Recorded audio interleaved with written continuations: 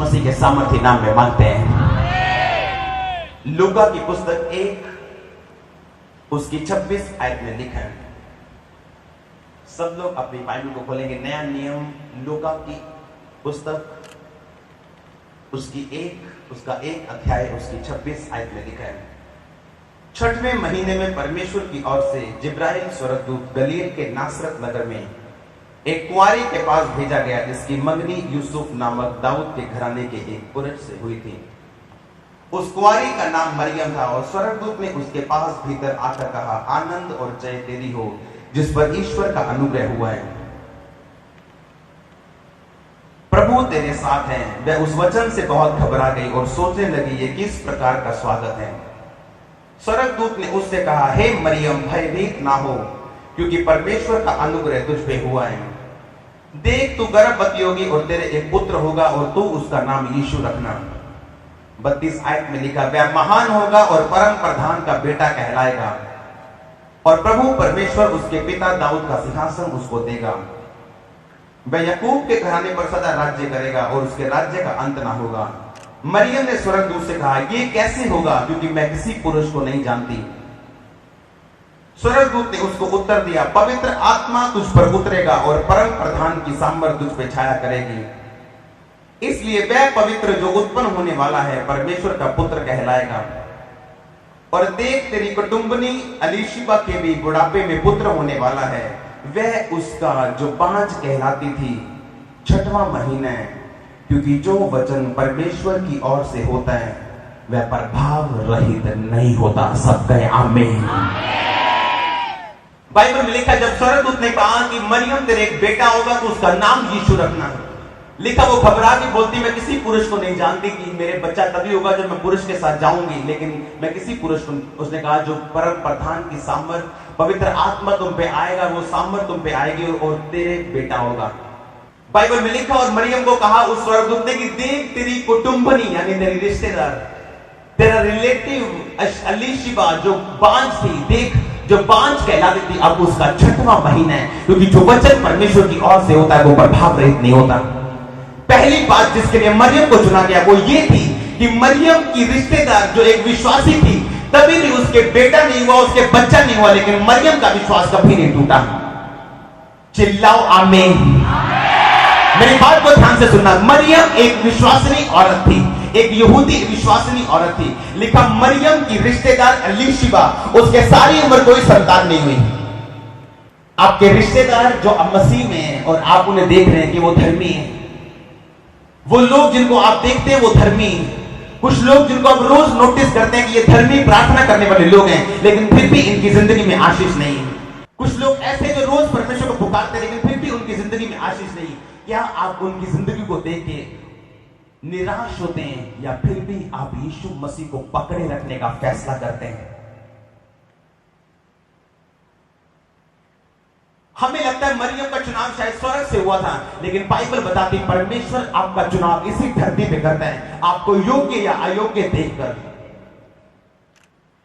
Church में लोग बोलते हैं ये चुना हुआ है, ये चुना हुआ है, ये चुना हुआ है, ये चुना हुआ है, ये बहन चुनी है। तू क्या लंगर खाने आया है? तू नहीं चुना हुआ। बाइबल कहती है आप चुने जा सकते हैं मरियम की तरह, दाऊद की तरह, अगर आप ठोकर ना खाए परमेश्वर के वचनों से।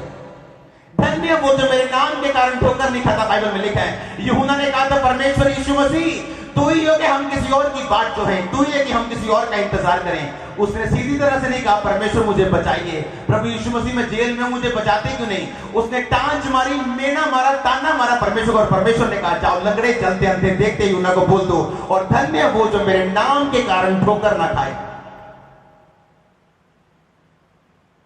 उनको परमेश्वर इस्तेमाल करता है, याद रखो, जो परमेश्वर के नाम के कारण ठोकर नहीं खाते, क्योंकि ऐसे लोग हमारे आसपास रहते हैं जो धर्मी हैं, जो धर्मी है, जो प्योर लोग हैं, जो पूरे प्योरिटी से भरे हुए, शुद्धता से भरे हुए हैं, लेकिन फिर भी उनकी जिंदगी में आशीष नहीं है। ये आशीष ना देकर क्या आपका विश्वास कम होता है या आपका विश्वास बढ़ता है?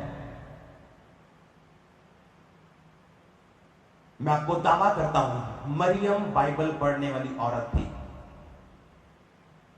मरियम कभी विश्वास न करती, स्वर्गदूत चाहे उसको उतर के बोल देता। अगर मरियम ने बाइबल में पहले ना पढ़ा होता, अगर आप यशायाह 7 उसकी 14 आयत से पढ़ते हैं, पुराने नियम में 10 आयत से अगर आप पढ़ते हैं 14 आयत तक। फिर यहोवा ने आहाज से कहा, अपने परमेश्वर यहोवा से कोई चिन्ह मांग, चाहे वह गहरे स्थान का हो या ऊपर आसमान का हो। 14 आयत से पढ़ो। इस कारण प्रभु आप ही तुमको एक चिन्ह देगा, सुनो, एक कुमारी गर्भवती होगी और पुत्र जनेगी, उसका नाम इमैनुअल रखेगी। सबको आमीन। ये पुराने नियम में लिखा है, यीशु मसीह के जन्म से पहले मरियम ने सुना हुआ था एक कुंवारी गर्भवती होगी और पुत्र जनेगी, उसका नाम इमैनुअल रखा जाएगा। कितनों को समझ आ रही मेरी बात? मरियम कभी यकीन न करती कि ये दूत परमेश्वर की ओर से है, अगर उसने वचन न पढ़ा होता कि ये कुंवारी गर्भवती होगी और बेटा जनेगी। मरियम वचन पढ़ने वाली औरत थी, रोज बाइबल का वचन उसके दिल दिमाग में जाता था। वो जानती थी एक कुंवारी गर्भवती होगी और पुत्र जनेगी, लेकिन जब दूत ने उसको बोला कि कुंवारी गर्भवती होगी और पुत्र जनेगी, वो जान चुके थे कि यशायाह में बोलने वाला परमेश्वर जो कुंवारी के विषय में बोल रहा है वो कुंवारी मैं हूं। आमीन। वो जान चुके थे वो कुंवारी मैं हूं जिसे परमेश्वर ने चुन लिया। मरियम के अंदर खासियत थी बाइबल पढ़ने की खासियत, वचन में समय बिताने की खासियत। मरियम के अंदर खासियत थी रोज परमेश्वर के पास उसकी हजूरी में बैठने की खासियत। जितने लोग, अगर आप बाइबल में ध्यान से पढ़ें, किनको दूत नजर आए जो ज्यादा, आप अगर बाइबल को ध्यान से पढ़ें, वही लोग थे वो जो प्रार्थना में रहने वाले लोग थे। एक भी जन आप ऐसा कोई बाइबल में दिखाओगे जिसको दूत नजर आए, प्रभु की योजना उसकी जिंदगी में पूरी हुई और वो व्यक्ति रोज प्रेयर में बैठने वाला व्यक्ति ना हो, एक भी नहीं। मरियम की पहली खासियत थी वचन से प्रेम करना, बाइबल से जुड़ी रहना और बाइबल को पढ़ना। इसीलिए जब दूत ने कहा कि मरियम तू गर्भवती होगी, वो जान चुकी थी ये मरियम, ये गर्भवती जो यशायाह में लिखा हुआ ये मैं हूं। इस दुनिया में कुछ भी अपने आप नहीं होता, आपको चमत्कार करने के लिए भी उसके लिए वर्क करना, उसके लिए काम करना पड़ता है, परमेश्वर से पूछना पड़ता है किस रीति के साथ। मरियम एक वचन पढ़ने वाली औरत थी, इसीलिए बाइबल में लिखा जब उसको बोला गया वो जानती थी, उसने पढ़ा हुआ था ये शायद में कि कुंवारी गर्भवती होगी और पुत्र जनेगी और उसका नाम इमैनुअल रखा जाएगा। जोर से चिल्लाओ इमैनुअल। मरियम रोज प्रार्थना में बैठने वाली औरत थी, इसीलिए दूत की बात को वो समझ पाई जब दूत उसके सामने आया। मरियम ठोकर ना खाने वाली औरत थी क्योंकि उसकी अलीशिबा जो उसकी कुटुंबनी, उसकी रिश्तेदार थी, बाइबल में लिखा वो बूढ़ी हो गई थी और उसके कोई भी संतान नहीं थी। और नए नियम में एक जगह लिखा कि अलीशिबा और उसका पति जकरिया दोनों धर्मी थे, लेकिन प्रभु की आज्ञाओं और विधियों पे निर्दोष चलने वाले थे, लेकिन फिर भी उनके कोई भी संतान नहीं थी। कौन लोग परमेश्वर में इस्तेमाल किए जाते हैं, किनकी जिंदगी में परमेश्वर की मर्जी पूरी होती है? जो लोग ऐसे लोगों को देखते हैं जो धर्मी हैं, जो लोग ऐसे लोगों को देखते हैं जो निर्दोष चलने वाले परमेश्वर में और फिर भी उनके संतान नहीं, फिर भी उनके आशीष नहीं, लेकिन फिर भी वो लोग उनको देख के ठोकर नहीं खाते। शैतान लोगों को इस्तेमाल करता है आपको दिखाने के लिए, देख वो क्रिश्चियन, देख वो मसीही, उसकी जिंदगी में आशीष नहीं, देख वो चर्च जा रहा है अभी भी उसकी जिंदगी में आशीष नहीं। लेकिन जब उसकी जिंदगी में आशीष आएगी, आपकी आशीष से हजारों गुना बड़ी होगी। जो लोग वेट करते हैं, इंतजार करते हैं परमेश्वर का, तो किसी को देख के ठोकर खाना ये मूर्खता की बात है। आप नहीं जानते जिसकी जिंदगी में अभी आशीष नहीं है, परमेश्वर कौन सी आशीष के लिए उसे तैयार कर रहे हैं। परमेश्वर हमारा कर्जदार नहीं कि वो हमको चमत्कार दिखाए ही दिखाए। बाइबल में लिखा वो जब काम करता है अपनी महिमा के लिए करता है और अपने नाम को ऊंचा करने के लिए करता है। मरियम एक ऐसी औरत थी जिसने अपने रिश्तेदार को देखा था कि ये सचमुच उसकी आज्ञाओं पे निर्दोष चलने वाले हैं और सालों सालों उनके कोई भी आशीष नहीं, कोई भी संतान नहीं, लेकिन मरियम ने उसे देख के पाप नहीं किया। क्योंकि बहुत से लोग जब देखते हैं कि उसकी जिंदगी में कोई आशीष नहीं है, वो शैतान उस बात को इस्तेमाल करता है कि वो पाप में जाए, इस बात को उनके दिमाग में डालेगी, वो देख उसके जीवन में क्या है, चल पाप चल, चल क्लब में चलते हैं, चल दारू पीने चलते हैं, चल नशा करने चलते हैं, चल। और शैतान बाइबल में लिखा है वो बहुत चालाक है, वो लोगों की परिस्थितियों को इस्तेमाल करता है। कौन लोग धोखा नहीं खाएंगे परमेश्वर में? वो लोग जिनके हृदय में, जिनके दिल और दिमाग में परमेश्वर का वचन बसा हुआ है। आमीन। अगर आप चंगाई के लिए चर्च में आए तो परमेश्वर आपको चंगा करेंगे, लेकिन वो चंगाई संभालने के लिए आपको परमेश्वर का वचन चाहिए। आप चर्च में लिए बरकत के लिए आए, परमेश्वर आपको इतनी देगा रखने के लिए जगह नहीं होगी, बाइबल में लिखा है, लेकिन उस बरकत को संभालने के लिए आपको परमेश्वर का वचन चाहिए। आपको परमेश्वर की योजनाओं को पूरा करने के लिए परमेश्वर का वचन चाहिए। आपको मसीह जिंदगी में खड़े रहने के लिए परमेश्वर का वचन चाहिए। मरियम इसलिए धोखा नहीं खाया। अपने पड़ोसी को बोलो, परमेश्वर रिश्वत नहीं लेता। जोर से कहो अपने पड़ोसी को, याद करवाओ अपने पड़ोसी को, बोलो मरियम ने कोई रिश्वत नहीं दी, दाऊद ने कोई रिश्वत नहीं दी। हालेलुया। कितनों को समझ आ रही मेरी बातें? आपका चुनाव क्या है? आज हम किसी व्यक्ति को देखते कि ये परमेश्वर ने उसकी जिंदगी में आशीष नहीं है, या एक व्यक्ति बीमार चर्च में आ रहा है और वो 1 साल से भी चंगा नहीं हुआ, उस चीज को देख के या तो हमारा विश्वास कम होता है। अगर हमारे अंदर वचन हो तो हम जान जाते हैं कि हर एक व्यक्ति को परमेश्वर ने अलग अलग रीति के साथ बोला है। आप जानो इस बात को, जब यीशु बाइबल में लिखा पतरस और यूहन्ना जब प्रेरितों के काम उसकी 3 बाब में पढ़ते हैं, जब पतरस ने अपने कामों को शुरू किया, परमेश्वर ने जो उसको बुलाहट दी थी, लिखा वो एक चर्च में गया, जहां चर्च में एक ब्यूटीफुल नाम का, एक सुंदर नाम का फाटक जो जिसपे एक लंगड़ा बैठता था, लिखा वो रोज आने जाने वालों से भीख मांगता था। और लिखा जिस दिन पतरस और यूहन्ना उस मंदिर में, उस चर्च में गए, लिखा जब उन्होंने देखा, उसे उठाया, उसे हाथ पकड़ा और बोला सोना चांदी हमारे पास नहीं, लेकिन जो हमारे पास हम देते यीशु मसीह नासरी के नाम में उठ और चल फिर। कितनों को याद है ये वचन? अगर आप ध्यान से बाइबल की स्टडी करें तो पहले भी यीशु मसीह उस चर्च में गए थे, लेकिन यीशु मसीह ने उसे कभी चंगा नहीं किया। वहां से कभी बहुत बार यीशु मसीह निकले, लेकिन परमेश्वर का टाकरा उसके साथ कभी नहीं हुआ। मसीह जिंदगी में अगर हमारे पास परमेश्वर का वचन नहीं तो शैतान का हमें मूर्ख बनाना बहुत आसान बात है। एक व्यक्ति, एक क्रिश्चियन, एक मसीही जिसके आत्मिक आंखें नहीं खुली, वो नहीं जानता कि किस रीति के साथ हमें परमेश्वर में चलना है। कुछ महीनों पहले जब मेरी जिंदगी में आशीषें आ रही थी जबरदस्त रीति के साथ, तो परमेश्वर मुझे इस्तेमाल कर रहे थे। जब मैंने लोगों से मिलना तो मैंने कई लोगों को देखना कि ये लगातार प्रॉब्लम में है, और मैंने उनको देख के परमेश्वर बोला, परमेश्वर ये लोगों का आप काम क्यों नहीं कर रहे हैं? शैतान ने मेरे विश्वास को हिलाने की कोशिश कर दी, और परमेश्वर ने मुझे बताना कि तेरा काम कब हुआ था, मैंने तेरा काम कब किया, मैंने तुझे आशीष कब दी, जब तू लंबे समय तक मेरे पीछे दौड़ा, और जब तूने कोई भी परीक्षा में कोई भी शैतान के उस हथियार पे अपने माथों को नहीं रखा, तू सिर्फ मुझ में चलता रहा और विश्वास करता रहा। इसी तरह कई लोगों को मैं चुनता हूं उनकी जिंदगी में उनके विश्वास को बढ़ाने के लिए। इसलिए जब परमेश्वर किसी की जिंदगी में ऐसा काम कर रहे हो, आपके मन में क्या आ रहा है ये निर्धारित करता है कि आप कहां जाएंगे। कितनों को समझ आ रही? गहरा वचन है आज। 2 बहनें आओ, 2 चले आओ। ये बहन बीमार है समझ लो, और ये बहन एक मसीही है, और ये बहन प्रार्थना करती है रोज, परमेश्वर मुझे चंगा कर। और इसको परमेश्वर चंगा इसलिए नहीं कर रहे कि आने वाले समय में परमेश्वर इसको सामर्थ्य देके इस्तेमाल करना चाहते हैं। कितनों को समझ आ गई? अब ये बहन जो नहीं है, इसको रोज देखती है कि ये बीमार है, वचन भी पढ़ती है, प्रार्थना भी करती है, रोजा भी रखती है, लेकिन बीमार क्यों है?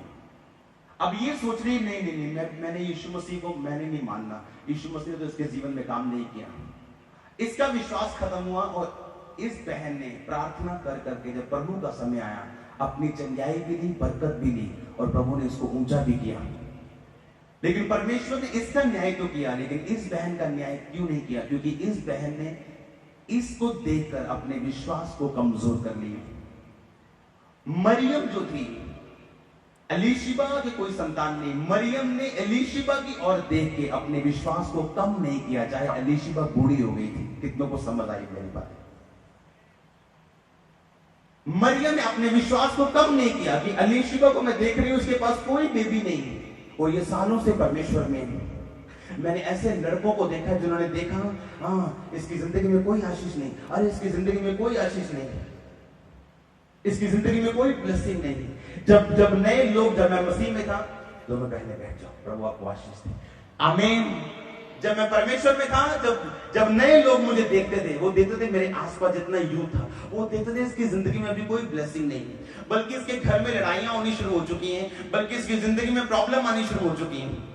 लेकिन मैं जानता कि अगर मुझे परमेश्वर में उन आशयों को लेना है, वो बुलाहट पूरी करनी जिसके लिए परमेश्वर ने मुझे अपने पास बुलाया है, मुझे अड़े और खड़े रहना है।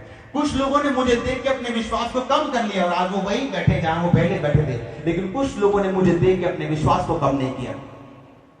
जब मैं परमेश्वर में आया, मैं ऐसे लोगों को देखता था जिनकी जिंदगी में आशीष नहीं, लेकिन मैं जानता था परमेश्वर का हर एक व्यक्ति में काम करने का अलग अलग समय है। अगर आप हर व्यक्ति को उसी आंख से देखोगे, आप धोखा खाओगे। मरियम ने धोखा क्यों नहीं खाया? मरियम बाइबल से जुड़ी हुई एक औरत थी। वो पुराने नियम में जानती भविष्यवाणी है कि एक औरत कुंवारी गर्भवती होगी और पुत्र जनेगी और उसका नाम इमैनुअल रखा जाएगा। आमीन। धर्मी के जीवन में कंफ्यूजन आती हैं। उसका पति जो यूसुफ था, आप इमेजिन करो उसकी जिंदगी में कैसी कंफ्यूजन रही होगी। बाइबल में लिखा है यूसुफ एक धर्मी इंसान था। जब उसे पता चला उसकी पत्नी पहले से गर्भवती और शादी से पहले ही उसके दिल में, बाइबल में आया अलग अलग बातें हैं कि शायद ये औरत कैरेक्टरलेस है, शायद ये औरत गलत है, परमेश्वर ने मुझ पर जाहिर कर दी है। जब आप परमेश्वर की योजनाओं में होते हैं, कंफ्यूजन शायद आपकी जिंदगी में आए, कंफ्यूजन आपका हिस्सा। अगर आप सच्चे क्रिश्चियन हैं और कंफ्यूजन आपकी जिंदगी में नहीं आई तो आप गलत सोच रहे हैं।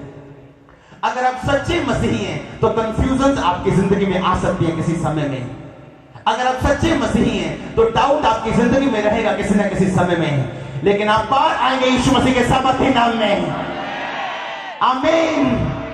कितने मेरी बात को समझ रहे हैं? बाइबल में लिखा वो लोग जो ठोकर नहीं खाते, यीशु मसीह ने कहा धन्य है वो लोग, क्योंकि ऐसा समय आएगा जब आप लोगों को देखेंगे ये मसीह में लेकिन इसकी जिंदगी में आशीष नहीं। लेकिन ऐसा समय भी आएगा, बच्चे सबको मिलते हैं, बेटा सब पूरी दुनिया के पास है, लेकिन जैसा यूहन्ना था, जैसा एलीशिबा को मिला, वैसा किसी को नहीं मिला आज तक। अगर आप ध्यान से बाइबल में पढ़ें, सैमसन की माता भी एक बांझ औरत थी। उसने भी मन्नत को मांगा था। अगर आप ध्यान से बाइबल में पढ़ें, शमूएल भी बहुत सालों के बाद उसने हन्ना के द्वारा जन्म लिया था। अगर परमेश्वर ने आपको रोका हुआ है आशीष से, आपकी आशीष 7 गुना होगी। टाइम आने वाला है। अगर परमेश्वर परख रहा है तो खड़े रहो और अड़े रहो, आपको भाई के साथ ऑफिस आने वाले यीशु मसीह के नाम में। प्रॉब्लम क्या है? लोगों की अपनी आंखें खुली हैं, आत्मिक आंखें बंद हैं। वो दूसरे के केस से अपने केस को जांचने का फैसला करते हैं। वो दूसरे को देख के अपने विश्वास को कम या ज्यादा करने का फैसला करते हैं। अगर इसकी जिंदगी में काम हुआ तो इसकी जिंदगी में क्यों नहीं हुआ? बाइबल में लिखा है इस धरती के नीचे हर एक चीज का अपना एक अलग समय है। क्रोध, लिखा क्रोध मूर्खों के हृदय में रहता है।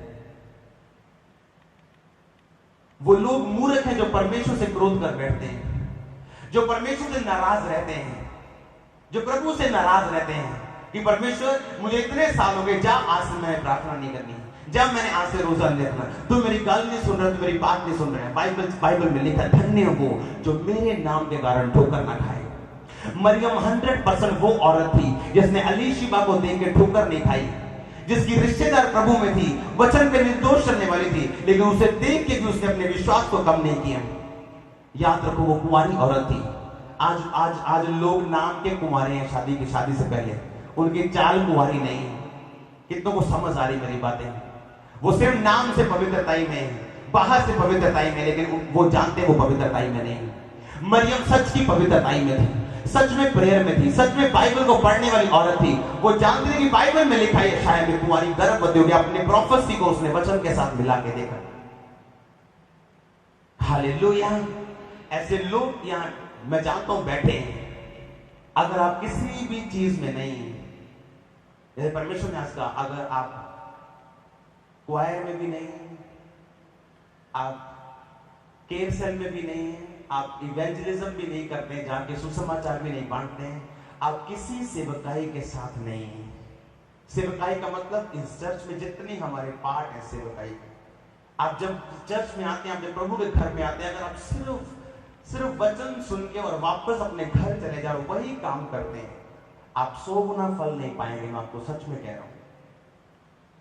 एक विश्वासी बाइबल में लिखा है, अपनी जिंदगी, आपको वचन जो दिया जा रहा है वो इसलिए कि आपकी पर्सनल लाइफ मजबूत हो, आपका विश्वासी जीवन मजबूत हो जाए, और फिर आपके अंदर से जब परमेश्वर के वचन निकले, जब आप सुसमाचार को लेके जाए, वो सुसमाचार का फैलाया जाना आपके लिए फल लेके आए। आमीन।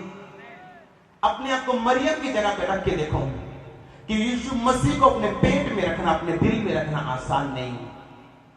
मरियम का अपना पति उसे छोड़ने को तैयार हो चुका था। अगर स्वर्गदूत यूसुफ के सपने में आके उससे बात ना करता तो मरियम ने कहा, स्वर्गदूत मत मत, नहीं नहीं नहीं नहीं, अब मेरी शादी हो लेने दे, पहले मेरी शादी से पहले कोई पंगा मत ले, मेरा पति क्या सोचेगा, मेरे पति के दिल में क्या आएगा। स्वर्गदूत मेरी शादी हो लेने दे, मैं यूसुफ के साथ सोऊंगी नहीं, उसके पास नहीं जाऊंगी, जब बच्चा हो जाएगा ये वाला, मैं उसके पास जाऊंगी, मुझे माफ कर दे। लोग क्या कहेंगे? जो प्रभु की ओर देखने वाले लोग हैं वो किसी की परवाह नहीं करते। आमीन। वो लोगों की शक्ल नहीं देखते, वो किसी की बात नहीं सुनते, वो सिर्फ परमेश्वर की बात सुनते हैं। आज लोग मरियम बनना चाहते हैं, दाऊद बनना चाहते हैं, सुलेमान बनना चाहते हैं, लेकिन उनके जैसे काम कोसों दूर है उनसे। वो चाहते हैं उनकी जिंदगी में बड़ी गवाहियां हो, लेकिन उन लोगों के जैसे हम काम और स्टैंड नहीं लेना। आप सोच सकते, कुंवारी ने स्टैंड लिया कि स्वर्गदूत जैसे तूने कहा तेरे वचनों के अनुसार मुझे, अगर ये परमेश्वर की प्लानिंग है, यूसुफ मुझे छोड़ के जाता चला जाए, लेकिन मैं परमेश्वर के वचनों को और उसकी योजनाओं को पूरा किए बिना वापस ले जाऊंगी। वो कैसे कि स्वर्गदूत तो जानता है मेरी शादी होने वाली है, मैं पंगा लूंगा, अब मेरे घर वाले क्या कहेंगे, मेरे माता पिता क्या सोचेंगे, मेरे रिश्तेदार क्या सोचेंगे। स्वर्गदूत अगर लोगों को पता चला गया, लोगों ने बोलना इसने व्यभिचार किया, और व्यभिचार करने वाली औरत की जो सजा थी वो मौत थी। एक विश्वासी जिसने अपनी जिंदगी को परमेश्वर के लिए दांव पे नहीं लगाया, वो असली विश्वासी नहीं है। एक विश्वासी जो अभी भी डरता है अपनी जिंदगी को लेके, वो असली विश्वासी नहीं है। जो कुछ तुम मेरे लिए गवाएगा वो कुछ तुम मेरे लिए पाएगा, जो कुछ तुम मुझे छोड़ के पाना चाहेगा वो सब कुछ तुम गवा देगा। यीशु मसीह ने कहा, जो तुम मेरे लिए गवाएगा, अपने जान, अपने पैसे को, अपने ताकत को, अपने घर वालों को, तू 100 गुना पाएगा, और साथ में अनंत जीवन पाएगा जो तुझे स्वर्ग में मिलने वाला है। हालेलुया। मरियम ने भी कहा, नहीं नहीं नहीं, लोग क्या कहेंगे। अगर आप लोगों की परवाह करते हैं, आप सुसमाचार के काम को कभी नहीं कर सकते। ऐसे लोग जो नाक्वायर में किसी भी सेवकाई, किसी भी एंगल से वो परमेश्वर की सेवकाई में नहीं है। जब आप फंक्शनों में जाते हैं, जब इनाम बांटे जाते हैं, तो कुछ लोग इनाम लेते हैं और दुनिया ताली बजाती है। स्वर्ग में ऐसे लोग भी होंगे, जब इनाम बांटे जाएंगे हम सबको, आप सिर्फ कुछ लोग तालियां बजाएंगे, वहां सिर्फ तालियां। ऐसे लोगों में मत आना, इनाम लेने वालों में आना, तालियां, अकेली तालियां बजाने वालों में नहीं। आमीन। क्योंकि आप फंक्शनों में देखते हैं कि कुछ लोग इनाम लेने आते हैं लाइन में, और बाकी सब तालियां बजाओ, सब जने सब तालियां बजाते हैं। आप उनमें आना चाहते हैं या आप इनाम वालों में आना चाहते हैं? यीशु मसीह ने कहा, जो वचन सुनते हैं 30 गुना, 60 गुना और 100 गुना फल लेके आए। ऐसे विश्वासी जो सिर्फ चर्च चाहते हैं, अच्छा जीवन में प्रार्थना करते हैं, दशवां हिस्सा देते हैं, सब कुछ करते हैं, घर जाते हैं, सो जाते हैं, बच्चों को स्कूल भेजते हैं, बच्चों की स्टडी ट्यूशन भेजते हैं, सारा दिन बच्चों में बिजी हैं। आप सिर्फ तालियां बजाएंगे स्वर्ग में। ऐसे भी लोग हैं जो बच्चों को संभालते भी हैं, सुसमाचार भी लेके जाते हैं, सब काम करते हैं। आप इनाम आपका तैयार है स्वर्ग में। मैं आपको स्वर्ग का एक दूत होने के नाते कह रहा हूं, राजदूत होने के नाते प्रभु ने मुझे भेजा है। इनाम तैयार है यीशु मसीह के नाम में आपका। जितने लोग ज्यादा यहाँ पे तंग हुए, रोए धरती पे, उतना ही वो ऊपर आशीषित होंगे। कितना जीवन है, 70 साल, 80 साल, 90 साल, कितना घमंड कर रहे हो अपने जीवन पे। मैं आपको बता रहा हूं, ऊपर एक ऐसा घर तैयार है जो यहां से 100, 1000, लाख, करोड़ों गुना, इतने गुना के हम बोल नहीं सकते, इतना अच्छा है ऊपर। वहां सारी उम्र पछताना कि मैंने धरती में कुछ नहीं किया, वहां पछतावा नहीं होगा। इंसान धरती में पछता सकता है और मुड़ सकता है परमेश्वर को काम करने के लिए, प्रभु के वचन पूरे करने के लिए, पवित्रता में रहने के लिए। वहां पे कोई पछतावा नहीं, जो कर दिया वो कर दिया, दैट्स इट। मैं नहीं चाहता वहां रह के करोड़ों साल जो मैंने बिताने हैं, अरबों साल जो मैंने बिताने हैं, 70 साल आपके अरबों साल डिसाइड करेंगे वो कैसे हैं। मैं नहीं चाहता मैं वहां पछताऊं, मैं चाहता हूं मैं यहां पछता लूं, यहां पर रो लूं, कुछ भी परमेश्वर मुझसे करे, लेकिन वहां का जीवन में पछताते हुए काटना नहीं चाहता। आमीन। धन्य वो जो मेरे नाम के कारण ठोकर ना खाए। वो असली विश्वासी यीशु मसीह ने कहा, वो ब्लेस विश्वासी, आशीषित विश्वासी है। धन्य का मतलब प्रसन्न, आशीषित, ब्लेस, वो बंदा, वो जन जिन्होंने मेरे नाम के कारण ठोकर नहीं खाई। जब हम जानते हैं परमेश्वर की हर जिंदगी में अलग अलग योजना है, तो क्यों ठोकर खाने किसी को देख के? जब हम जानते हैं हमारा परमेश्वर यहां काम साबित करते हैं, हमारा परमेश्वर सब कुछ करने की ताकत और सामर्थ्य को रखता है। आमीन। बाइबल में लिखा, जब मरियम को बोला गया तेरी अलीशिबा, तेरी कुटुंबनी, तेरी रिश्तेदार, उसकी जो 5 कहलाती थी, 6वां महीना चल रहा है। कुछ लोग ऐसे हैं यहां, कुछ लोग सिर्फ मांगते हैं अपने लिए कि परमेश्वर मुझे बिजनेस चाहिए, मुझे बिजनेस चाहिए। मान लो एक व्यक्ति को कुछ चाहिए और आपको पता है कि इस व्यक्ति को एक बहन मांग रही है, परमेश्वर मुझे बेटा चाहिए। मैं आपको लेने का तरीका बता रहा हूं परमेश्वर से। कभी अपने लिए अब रोजा मत रखो। जिस बहन के पास नहीं है, रोजा रख के उसके लिए प्रार्थना करो, आपके पास आ जाएगा। कितनों को मेरी बात समझ आ रही है? जब मैं बीमार था, वचन की सेवकाई में जाकर भी एक परमेश्वर के दास ने बोला था, अगर तू लोगों को ब्लेस करेगा तो तू खाली नहीं रहेगा। अगर तू लोगों को आशीषित करेगा, तेरी जिंदगी खाली नहीं रहेगी। जिस नल से पानी निकलता है वो खुद सूखा नहीं रहता।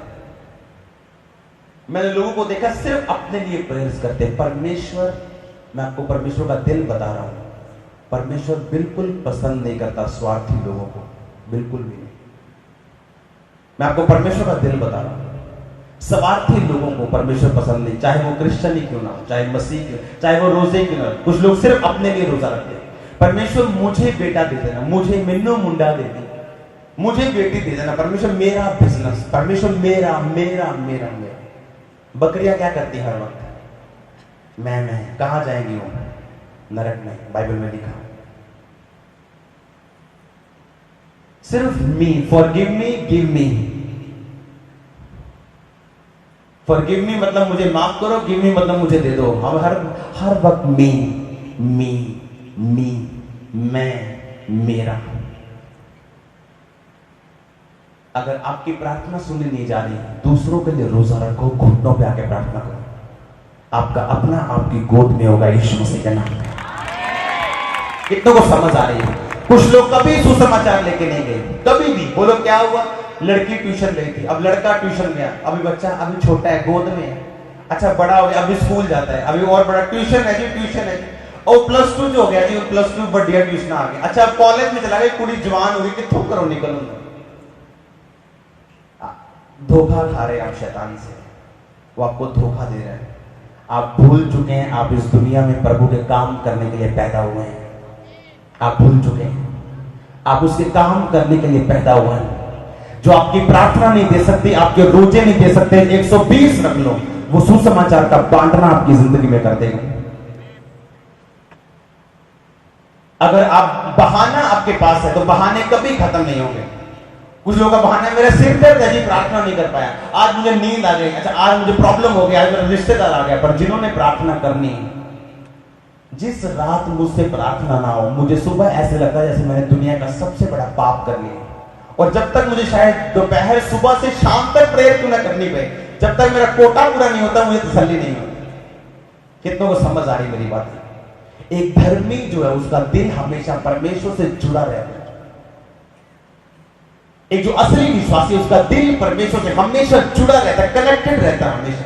हमेशा वो अपने लिए नहीं मांगता। कुछ लोग सिर्फ अपने लिए मांगते हैं कि परमेश्वर को कोई लेना देना नहीं कि आपकी सास आपके बारे में क्या सोचती है। प्रभु मेरी सासों को जवाब जरूर देंगे, मेरे बच्चा और मैं मेरी सास का मुंह बंद कर दे।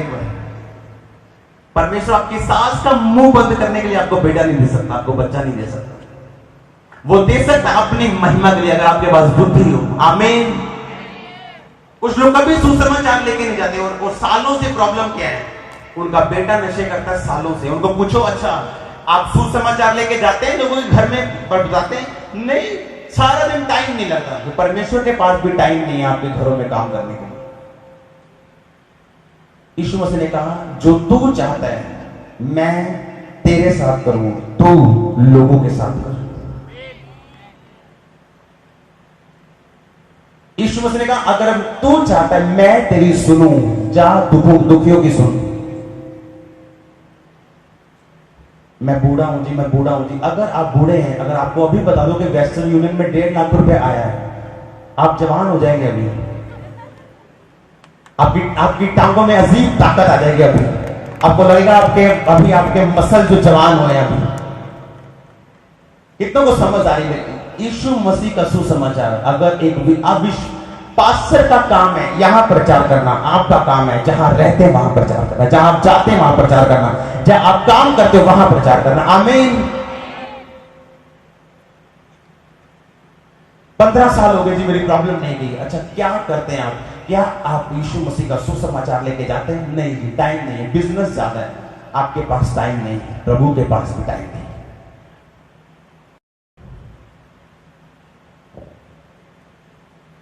आप परिवार में रहते हुए काम कर सकते हैं परमेश्वर का, बिजनेस करते हुए काम कर सकते हैं, आपके अंदर इच्छा रहनी चाहिए, सब कुछ कर सकते हैं आप। हर व्यक्ति के सामने एक चुनौती रहती है, उस चुनौती में आपने कैसे जीतना है परमेश्वर का आत्मा आपको बताता है, अगर आपका ध्यान परमेश्वर की ओर है। बाइबल में लिखा है भेड़ का मतलब क्या है? अगर भेड़ को गड्ढे में गिरा दो वो तब तक बाहर आएगी जब तक उसमें सांस है। जब तक सांस है वो गड्ढे से बाहर आने का यत्न करेगी, मरने के बाद वो छोड़ेगी प्रयत्न को।